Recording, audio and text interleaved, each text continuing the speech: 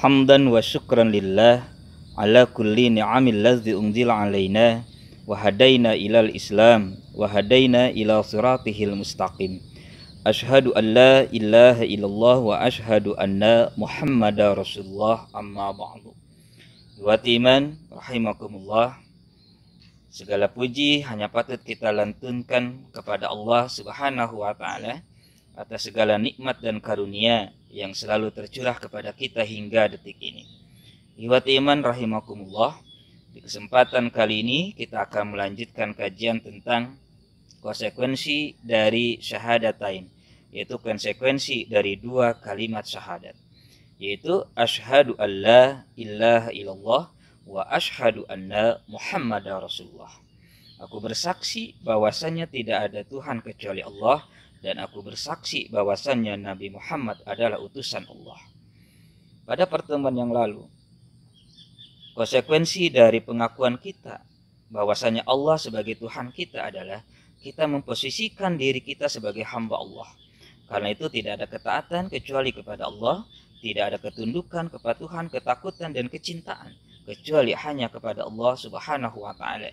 Karena itu kita harus memuarakan hidup kita ini hanya untuk Allah Subhanahu wa taala. Maka selanjutnya, konsekuensi dari asyhadu anna Muhammadar Rasulullah, aku bersaksi bahwasannya Nabi Muhammad adalah utusan Allah, itu adalah dengan mengakui segala apa yang disampaikan oleh Rasulullah itu juga adalah apa yang disampaikan oleh Allah.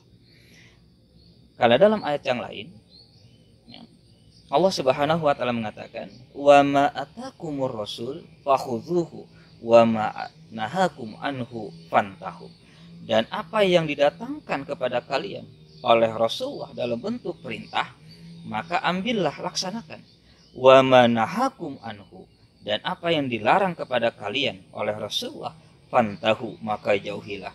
Karena apa yang diperintahkan oleh Rasulullah itu berarti apa yang diperintahkan oleh Allah, dan apa yang dilarang oleh Rasulullah itu juga berarti apa yang dilarang oleh Allah. Karenanya syariat Islam ini ya secara gamblangnya adalah dengan cara mengikuti Rasulullah Shallallahu Alaihi Wasallam. Di dalam ayat yang lain Allah mengatakan, laqad kana lakum fi rasulillahi uswatun hasanah, dan sungguh telah ada bagi kalian dalam diri Rasulullah itu adalah contoh tauladan yang baik. Contoh tauladan yang baik dalam hal apa? Dalam semua perilaku syariat kita di dalam menjalankan ibadah kepada Allah Subhanahu wa taala, dan dalam semua perilaku kita sebagai seorang muslim, baik itu dalam akidah, baik itu dalam ibadah, baik itu dalam akhlak, baik itu dalam muamalah, dan dalam segala sesuatunya yang terkait kita sebagai seorang muslim, maka figur yang harus kita tauladani adalah Rasulullah Shallallahu Alaihi Wasallam. Karenanya, ketika ada sesuatu yang disampaikan oleh Rasulullah itu bertentangan dengan logika berpikir kita, bertentangan dengan perasaan kita, maka yang harus diambil itulah adalah apa yang disampaikan oleh Rasulullah, bukan logika dan hati kita. Sebab apa yang belum sampai dengan logika kita terhadap apa yang disampaikan oleh Rasulullah, belum sampai dengan hati kita terhadap apa yang disampaikan oleh Rasulullah, adalah karena kelemahan dalam diri kita untuk memahami apa yang disampaikan oleh Rasulullah.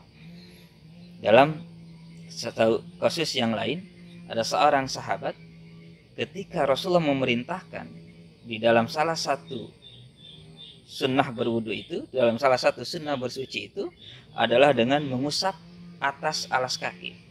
Maka dia mengatakan, sahabat itu mengatakan, laukana dinu bil aqli, kalaulah agama itu tolak ukurnya harus sesuai dengan rasio dan logika kita, maka aku akan mengusap bawah alas kaki daripada atas alas kakinya. Karena menurut sahabat tersebut, bawah alas kaki itu lebih kotor ketimbang atas alas kakinya. Tetapi karena Rasulullah memerintahkan itu harus dibasuh, diusap atas alas kaki, maka itu yang diikuti oleh sahabat tadi. Inilah ketundukan hawa nafsu, ketundukan logika kita terhadap apa yang disampaikan oleh Rasulullah Shallallahu Alaihi Wasallam. Karena dalam hadis yang lain Rasul mengatakan, la yu'minu ahadukum hawahu ittaba'a ma yuha ilayya. Ya. Tidaklah sempurna keimanan salah seorang di antara kalian hingga hawa nafsunya itu ittiba, ya, mengikuti ma yuha ilayya, terhadap apa yang diwahyukan kepadaku. Maksudnya hadis ini ingin menekankan bahwa ketika kita berbicara tentang syariat, maka berbicaranya itu adalah kepatuhan kita kepada Rasulullah Shallallahu Alaihi Wasallam. Juga di dalam akhlak-akhlak Rasulullah yang lain. Salah satu contohnya misalnya Rasulullah Shallallahu Alaihi Wasallam memerintahkan atau menganjurkan ketika memakai alas kaki itu dengan kaki kanan terlebih dahulu. Izan ta'ala ahadukum falyabda biyamini. Apabila kalian memakai sendal, maka mulailah dengan yang kanan. Wa izan taja'a falyabda bisimali. Dan apabila melepas, maka mulailah dengan yang kiri. Nah, ini adalah tuntunan Rasulullah SAW dalam adab kita memakai alas kaki, memakai sendal, memakai sepatu.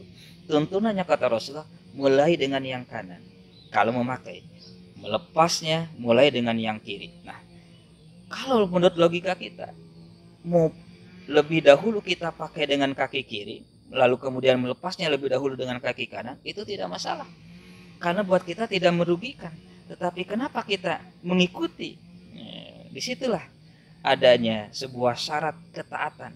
Kita taat tidak dengan Rasulullah, sekalipun itu menurut hati dan logika kita, sekalipun kita memakai dengan kaki kiri terlebih dahulu, kemudian melepasnya dengan kaki kanan terlebih dahulu, itu tidak menimbulkan mudarat. Bukan soal menimbulkan atau tidak menimbulkan mudaratnya, tetapi di mana letak ketaatan kita terhadap apa yang disampaikan oleh Rasulullah SAW. Ini konsekuensinya.